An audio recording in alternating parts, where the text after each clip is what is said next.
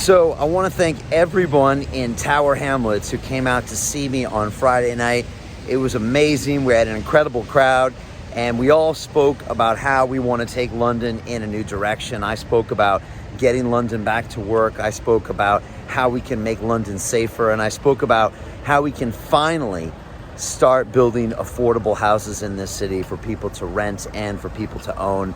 It was a great evening. Really understood what the concerns were people in Tower Hamlets, and that's why I'm going to every single borough in London before I am elected as your next mayor of London. I want to listen to the challenges of every single one of our citizens and find out what is going on locally with you.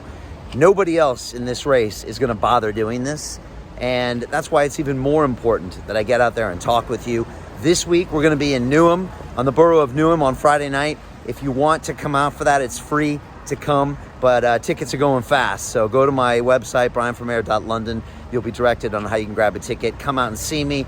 You can hear me talk. You can ask me questions. We can take pictures. I'm bringing Brian for Mayor swag and all that good stuff. And, you know, Friday was interesting because I really went deep on my vision of how we can get this city back to work. We know we've got Tier 3 looming over our heads here. The UK hospitality sector has said that if your mayor of London takes us into Tier 3, it's going to cost 150,000 jobs just for the Christmas season. This is how desperate and dire this is. Christmas could be an £82 billion holiday industry for the entire of UK. But if you shut everything down, it's not going to happen. And again, our hospitality sector has shown us with only 3% of the transmissions that they can do this safely. There's no reason that our pubs and restaurants and cafes can't stay open. We just need a leader with the vision to make it happen, period. As opposed to someone who is always fear-mongering and telling you it's time to lock down, as opposed to providing solutions and answers. The next thing we talked about is how to make our streets safe. You know, the current mayor just recorded his 100th teenager murdered on his watch. Yeah, it's very sobering to think about that stat. 100 teenagers have been murdered under the current mayor watch, and knife crime is at nightmare proportions. It's gone up every single year he's been in office, as has violent crime as well. And what is his solution? Well, he plans to defund the police this year, removing £110 million from their budget. That's not the answer. We need more police on the streets, but we need police from the neighborhoods they police. So if you're in Newham or Tower Hamlets or Hackney, where I've been visiting lately, the police, or a percentage of the police, have to come from those neighborhoods, and it has to be proportional to the people they represent.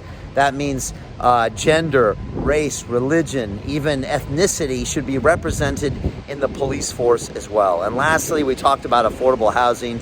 Again, this is probably the worst mark on the mayor's record.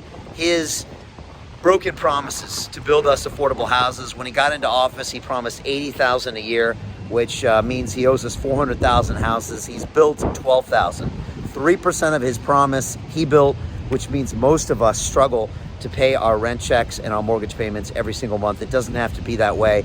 And that's why, as your next mayor, I'll be building 50,000 homes that will be occupied by Christmas 2021. Yes, that's 4 times as much as the mayor has built.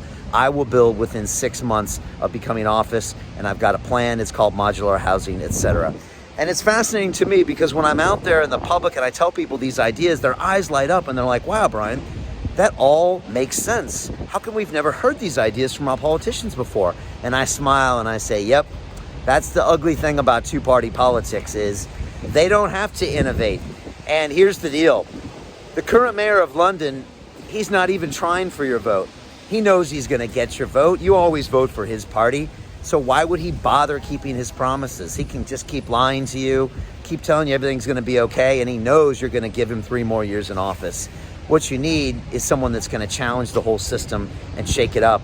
And that's someone that's independent, not from the two parties, who can come with the best idea, and the best idea wins. And that's what I'm going to do. And that's why we've got them terrified at their headquarters. And that's why, with your help, we are going to win this race, and we're going to take London in a new direction. I want to make this place that I call home, this place I love, world class once again, and we can do it together. So I look forward to seeing you this week out at Newham. Again, we're going to come see all of you, but come now, get in 2020 while the going's good. And I hope you're great out there. I hope you're having a great holiday season. We're going to make it through this. We will, trust me. But we got to make the right decisions, or we could literally be in the same lockdown situation 1 year from now in December 2021. Don't kid yourself. It could happen unless we make the change.